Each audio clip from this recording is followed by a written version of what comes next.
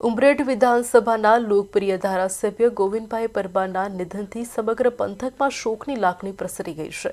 તેમના વતન ચીખોદરા ખાતેથી કાઢવામાં આવેલી અંતિમ યાત્રામાં મોટી સંખ્યામાં ગ્રામજનો અને રાજકીય અગ્રણીઓ જોડાયા હતા। આ ગમગીની પ્રસંગે ગુજરાત ભાજપ પ્રદેશ પ્રમુખ જગદીશ વિશ્વકર્મા, કેબિનેટ મંત્રી રમણભાઈ સોલંકી, રાજ્યકક્ષાના મંત્રી કમલેશભાઈ પટેલ, સાંસદ મિતેશભાઈ પટેલ તથા જિલ્લાના તમામ ધારાસભ્યો અને અગ્રણીઓ ઉપસ્થિત રહીને તેમને ભાવભીની શ્રદ્ધાંજલિ આપી હતી। સ્વર્ગીય ગોવિંદભાઈ પરમારને પોલીસ દ્વારા ગાર્ડ ઓફ ઓનર આપીને રાજકીય સન્માન સાથે અંતિમ વિદાય આપવામાં આવી।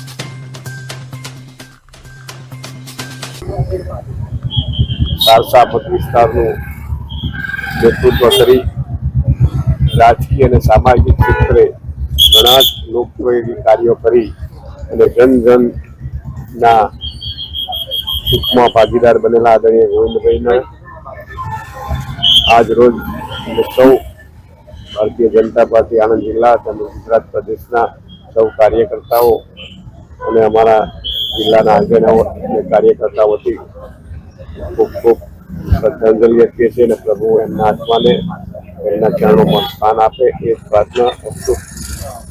એક સનિષ્ઠ ધારાસભ્ય તરીકેની, લોકસેવક તરીકેની એમની આખી ઉમદા છાપ હતી। એકદમ સાવ સામાન્ય લો પ્રોફાઇલ જિંદગી જીવવી અને પ્રજાની વચ્ચે સતત રહેવું એ એમનો સ્વભાવ હતો અને આજે કાલે ઓચિંતો એટેક આવવાથી નિધન થયું છે।